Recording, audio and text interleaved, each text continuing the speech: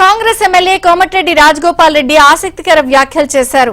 రైతు బంధు రుణమాఫీ కాని వారు మాత్రం కేసీఆర్ పాలన బాగుంది అని అంటున్నారని అన్నారు. 2 లక్షల రుణమాఫీ పొందిన వారు మాత్రం చప్పుడు చేయడం లేదన్నారు.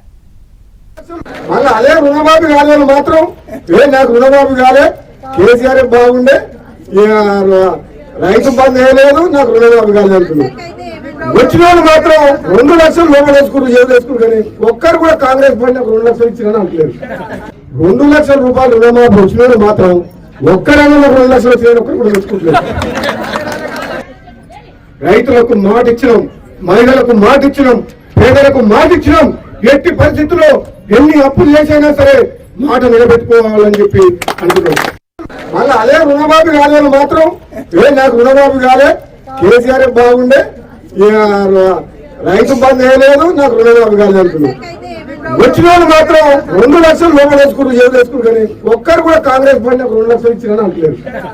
2 లక్షల రూపాయలు రుణమాఫీ వచ్చిన వాళ్ళు మాత్రం ఒక్కరైనా 2 లక్షలు వచ్చిన ఒక్కరు కూడా తెచ్చుకుంటలేదు.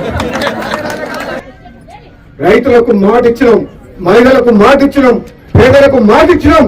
ఎట్టి పరిస్థితుల్లో ఎన్ని అప్పులు చేసైనా సరే మాట నిలబెట్టుకోవాలని చెప్పి అంటున్నాం.